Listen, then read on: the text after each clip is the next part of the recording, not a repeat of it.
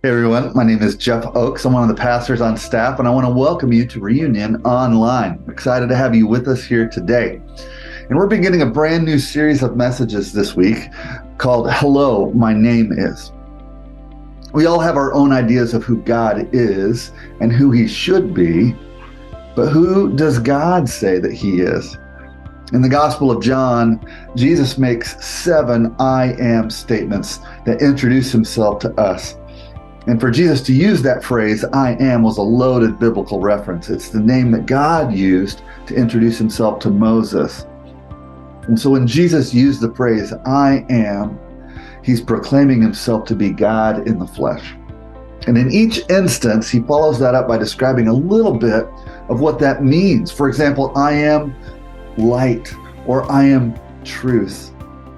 Ultimately, it's these statements that contributed to Jesus being crucified, but it's also in these statements that Jesus proclaims absolutely who the living God is.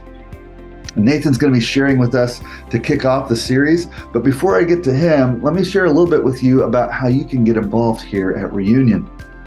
Reunion is one church in 2 locations with a simple mission of helping people find their way back to God. We believe we're all trying to find our way in this life, and we want to invite you to find your way in faith with our community. For those of you who are just coming across our YouTube channel for the very first time, we want to welcome you. So glad that you found us. And no matter where you are on your faith journey, you are welcome here with us.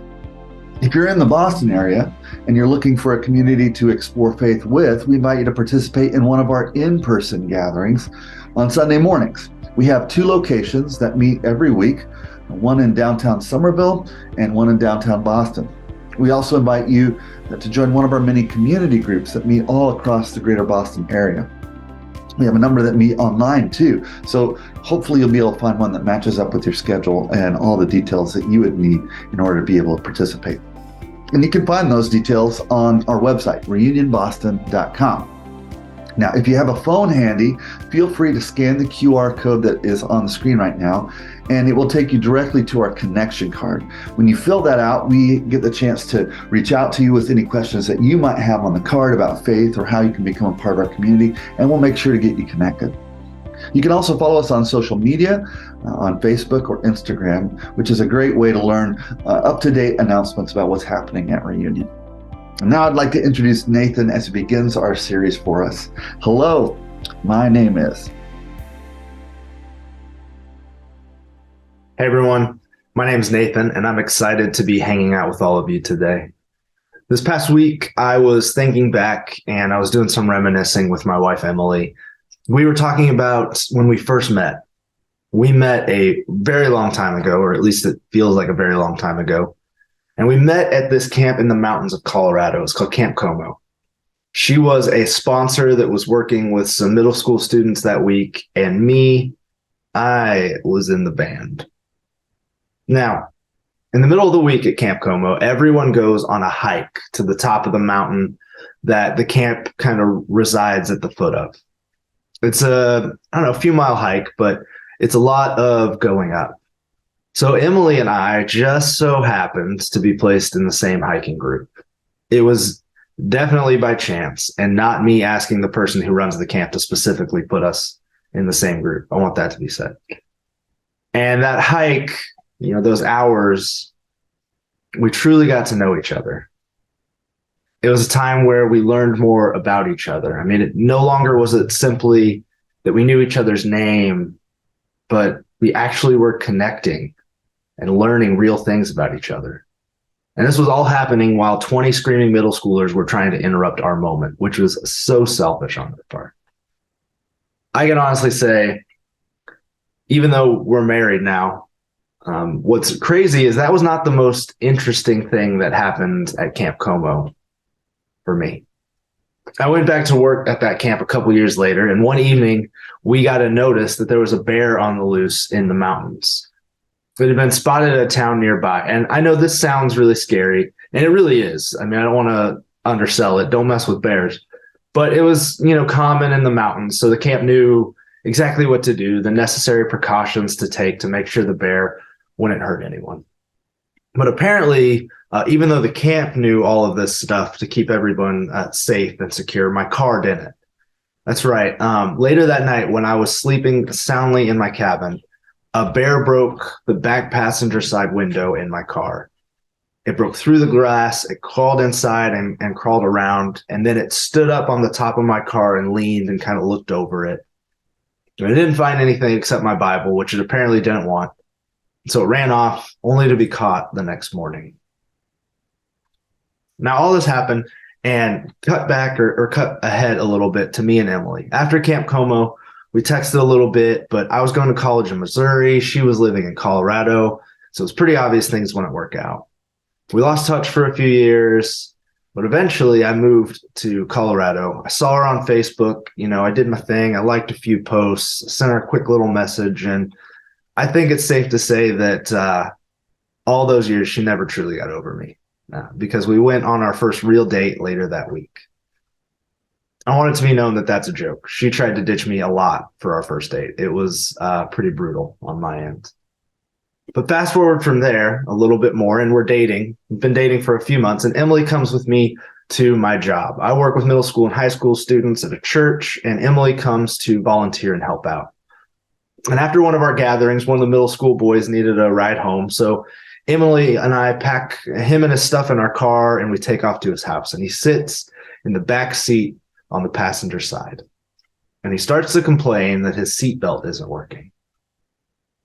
So I go into the whole bear story. I tell him what happened. I tell him when it happened. I tell him all the details that I didn't have time to get into a few minutes ago. And his jaw is on the floor. And I finish and I laugh and I tell him, yeah, that's why my seatbelt doesn't work. So sorry, man. And he's like, no way. And, we laugh together. Well, then Emily looks at me and she looks back at him. And she says, he's lying. And she didn't believe me. She thought I was just messing with this kid. She thought I was just trying to be sarcastic. And I want to say that's not unfair. I'm fairly sarcastic overall, but Emily didn't know me well enough to know whether or not I was joking. As we move forward in our relationship, we know each other so much better. We know what we like and what we don't, what we appreciate and what bothers us. Emily even knows when I'm being sarcastic, at least like 80% of the time. So today we're kicking off this brand new series called Hello, My Name Is. 7 times in the book of John, Jesus tells us some interesting characteristics about himself. He introduces himself in a new way. And in choosing to use each of these 7 distinctive word pictures, Jesus provides us with visual clues to his identity so we can better understand the many facets of his character and his purpose. They are words meant to challenge us, to encourage us, and to invite us. In this series message, Hello, My Name Is, Jesus is going to introduce himself to us, and it's important and essential for us that we pay attention. There's a story from a few years ago. A professor asked his students at a Christian university to write down the things that they were passionate about. What causes in the world broke their hearts? What social issues spurred them into action? The idea is, what did their heart truly care about? And a little while later, that professor asked the same class to do the exact same exercise again, only this time he asked them to write down what they thought God was passionate about. What broke God's heart? What social issues did God want to respond to? What did God's heart truly care about? For almost every student, when they held their 2 answers side by side, they were almost identical. The students believed that God was passionate about everything they were passionate about, that God's heart broke for all the same issues that their heart broke for, that God's character was similar to how they saw themselves. And this is so true for many of us as well. We see God the way we see ourselves. This is why this series is so important, because we want to know who Jesus truly is, not the artificial Jesus that so many of us have created in our minds. And our hope is that discovering the true Jesus helps us to be formed in his image instead of us trying to form him in ours. We need to see who Jesus truly is, who he tells us that he is. Because only the true Jesus can be the shepherd when we need him to do, can be our light, can be our way, our truth, and life. Only the true Jesus can be our resurrection. We miss the beautiful life that Jesus is calling us to when we miss the true Jesus for a cheap imitation of ourselves. And the true Jesus is crucial for us because Jesus seems to introduce himself in ways that speak directly to the aches in our hearts. You know, whether we fully admit it or not, we are often lost. We're trying to find our way in this world. We're trying to find our way back home. And when we look at Jesus to show us how to live and move in the world in a way that truly matters, but only the true, authentic Jesus, the Jesus that he reveals himself to be, can be that for us. And this Jesus, he's been a guide for lost humanity ever since he walked this world among us. In John 8, there's this really heartbreaking story. But in it, Jesus gives us a glimpse into who he really is. Jesus has this interaction with a woman who's been caught in the act of adultery. She's in a lot of trouble, just honestly. Adultery was a crime that was punishable by death at that time. And this woman is dragged out into the street and essentially presented to Jesus,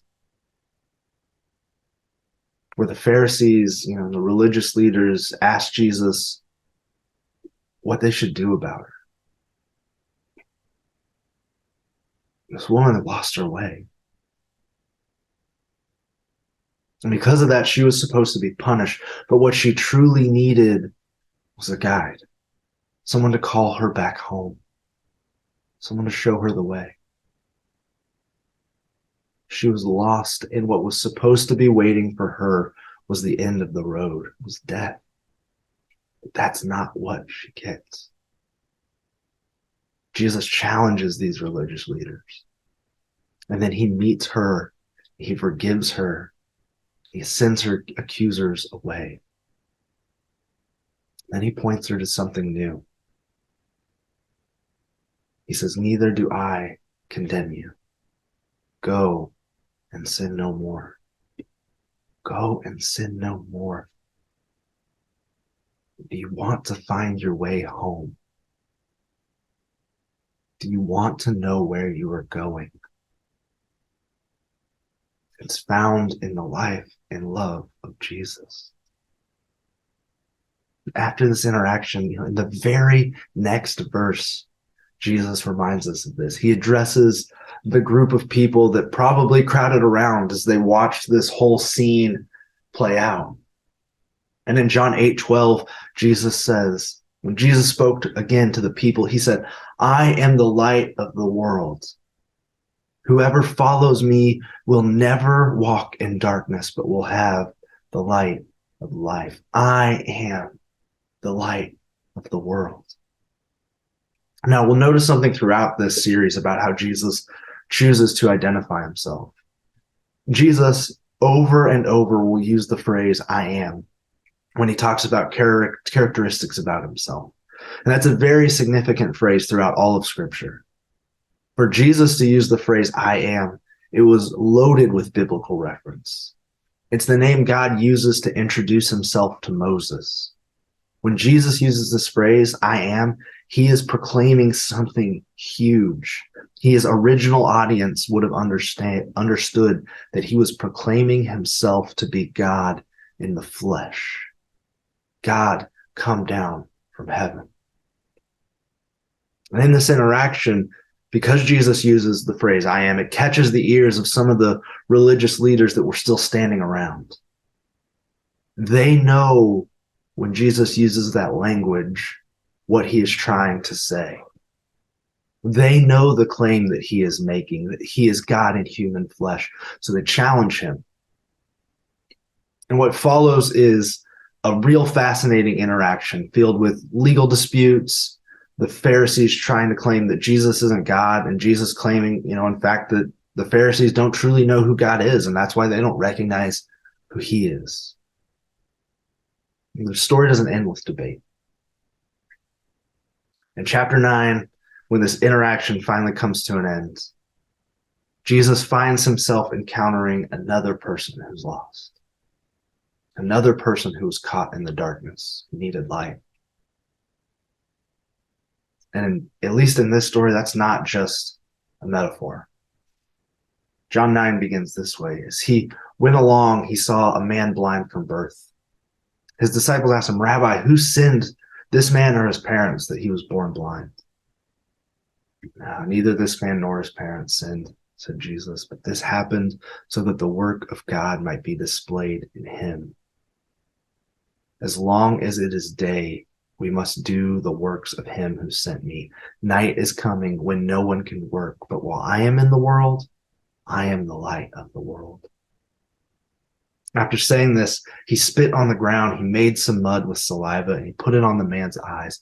"Go," he told him, "wash in the pool of Siloam." This word means sent. So the man went and washed. He came home seeing. So Jesus sees this blind man and interacts with him. And again, he reiterates this teaching of his, "I am the light of the world." And then it gets a bit weird. Jesus spits on the ground and he makes some mud. Apparently, no one told Jesus about COVID protocols. But then he takes the mud and he puts it on the man's eyes and he sends him away to wash his eyes so that he can be healed. And I acknowledge it's kind of weird. It's kind of awkward. But if we can put away the grossness of the spit and the slightly weirdness of the story, there's something deeper about this story that really intrigues me. Jesus could have easily healed the man right there. We see him do it throughout his ministry. He speaks and someone is healed.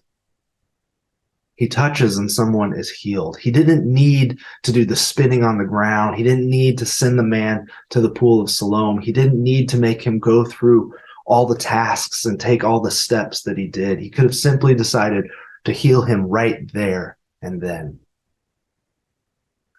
But instead, Jesus calls him to something. He calls him into obedience. He guides him through the process of healing. And he invites him to trust Jesus enough to follow the steps that he shows him. You see, this "I am" statement of Jesus is sandwiched between two significant stories. One in which Jesus invites a woman out of something, her own way of living, and then he invites a man into something, obedience to Jesus' way of living. Jesus is inviting both of these people to come home. He sees that they are wandering around in the darkness, and he offers to be their light. Both of them needed a guide because they were lost, and Jesus was their God by pointing to himself. Jesus was their guide by pointing to himself. He calls this woman out of the life that she had chose to lead. He saw the path ended for her in brokenness. It ended in heartbreak, and he offered to guide her back to where she needed to be. But in order to do that, she was going to have to turn away from where she was going. And this blind man was stuck.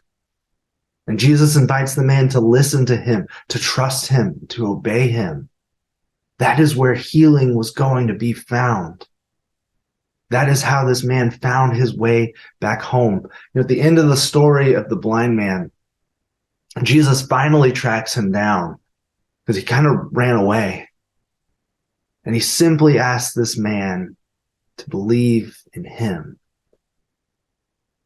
Ultimately, Jesus was pointing both of these people back to him. He was inviting both the man and the woman to obey him and to follow him.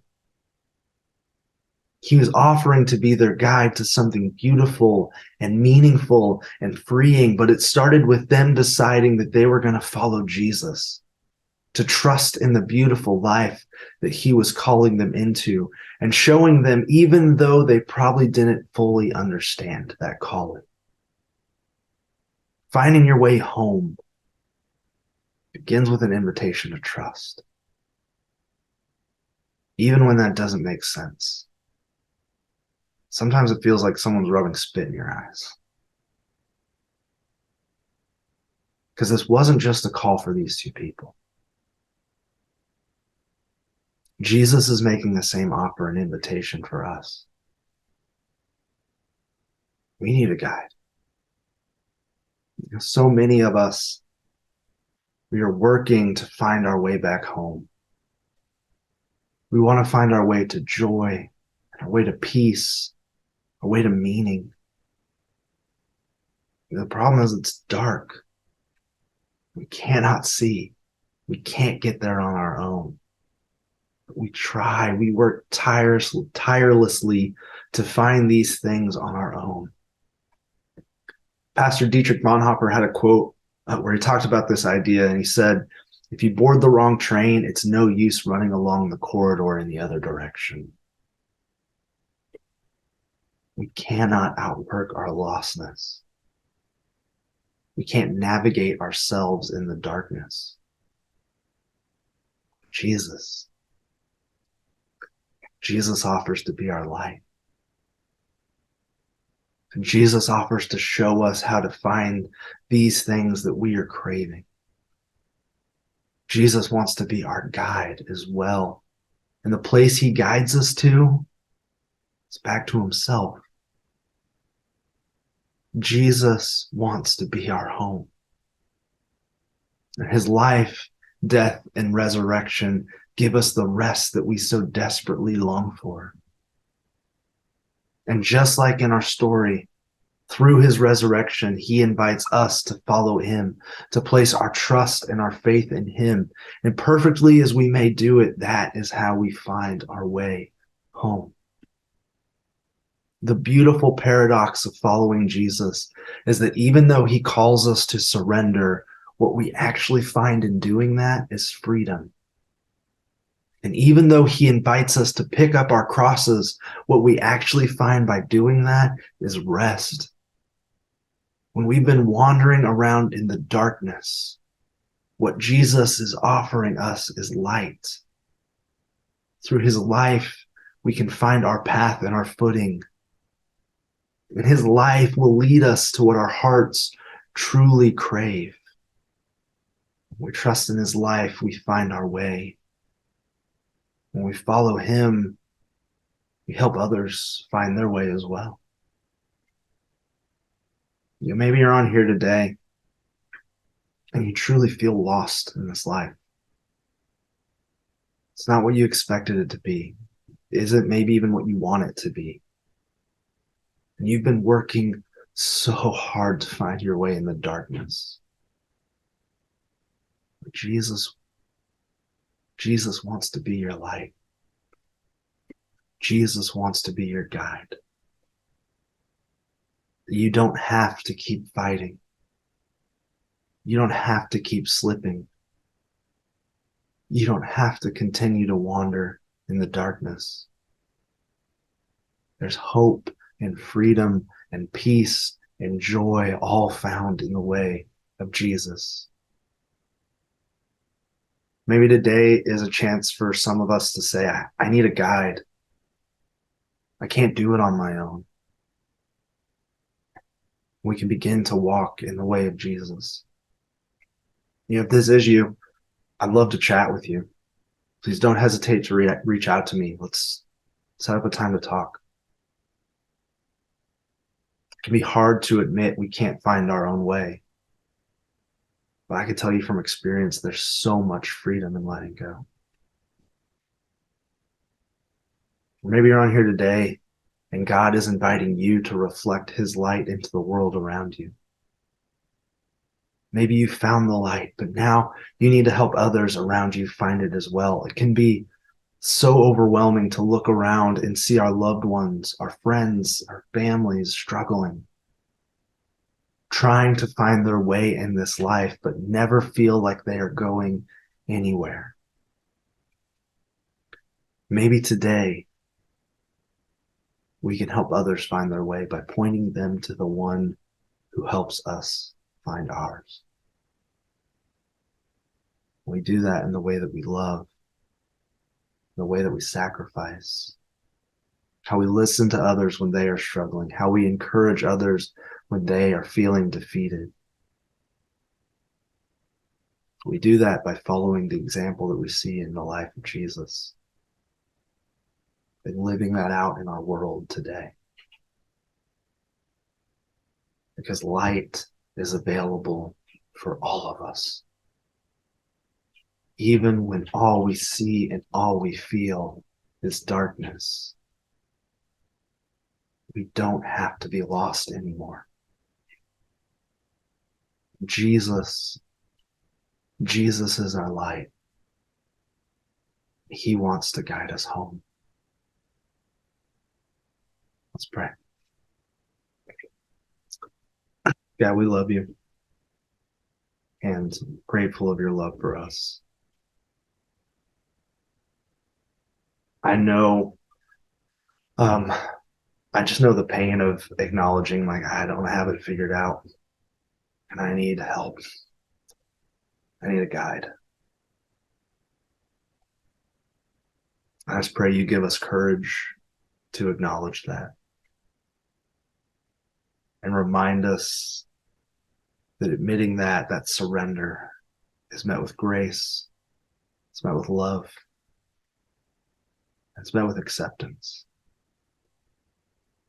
That we're not a sin away from you because we don't have it figured out, but we're invited in. And I pray that truth gives us the courage that we need to take that step. So grateful for you, for your love, for your death, for your resurrection. Thank you for being our guide. And thank you for being a God of grace when we step off path, when we pursue a path that we shouldn't take, that you're always there with open arms to welcome us back home. We love you.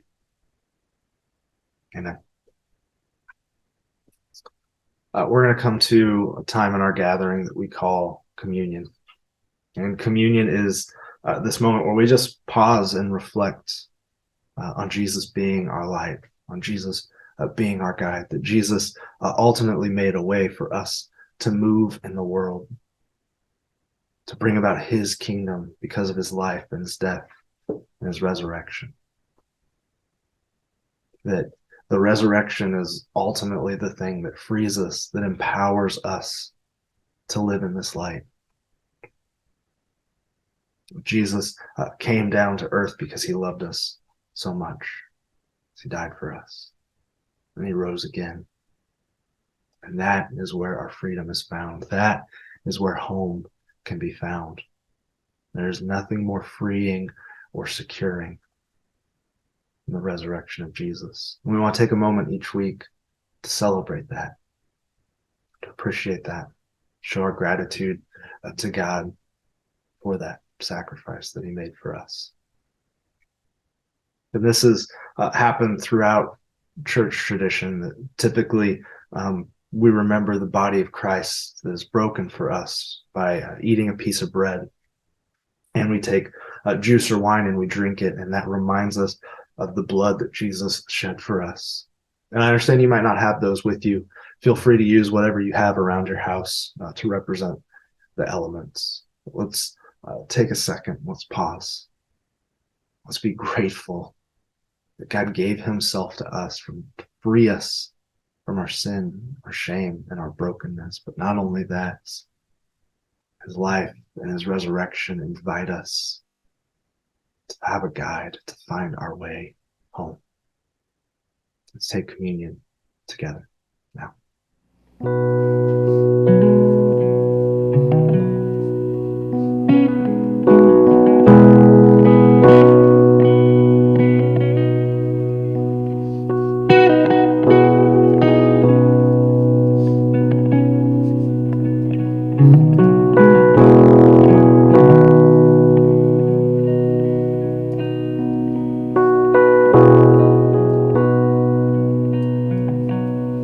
Yes, you could have it all.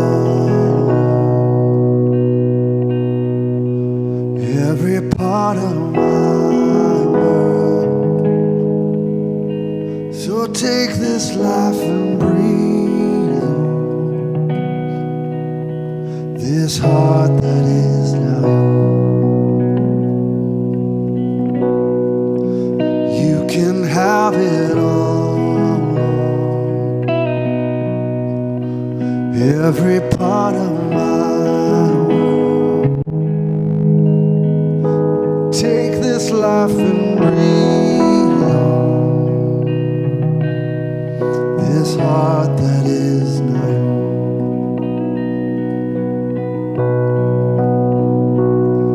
And all the joy I found surrendering my crown at the feet of the King, who surrendered everything,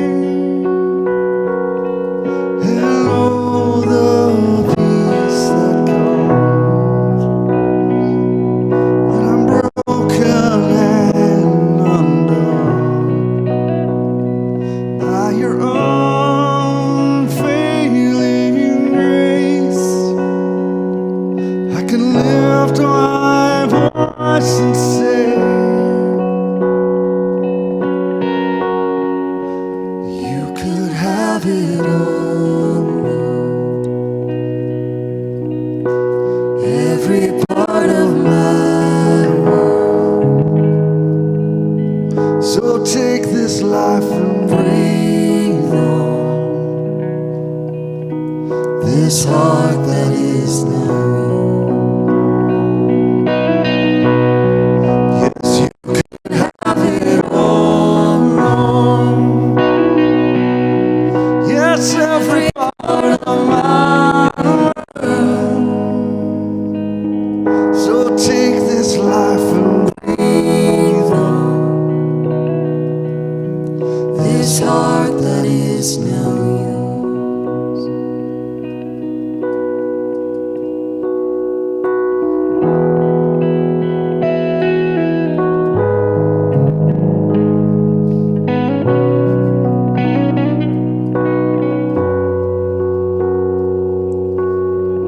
There is no greater call than giving you my all. I lay it all down. I lay it all down. There is no greater love, no higher name above. I lay it all down. I lay it all down. There is no greater call than giving you my all. I lay it all down. I lay it all down. There is no greater love, no higher name above. I lay it all down. I lay it all down.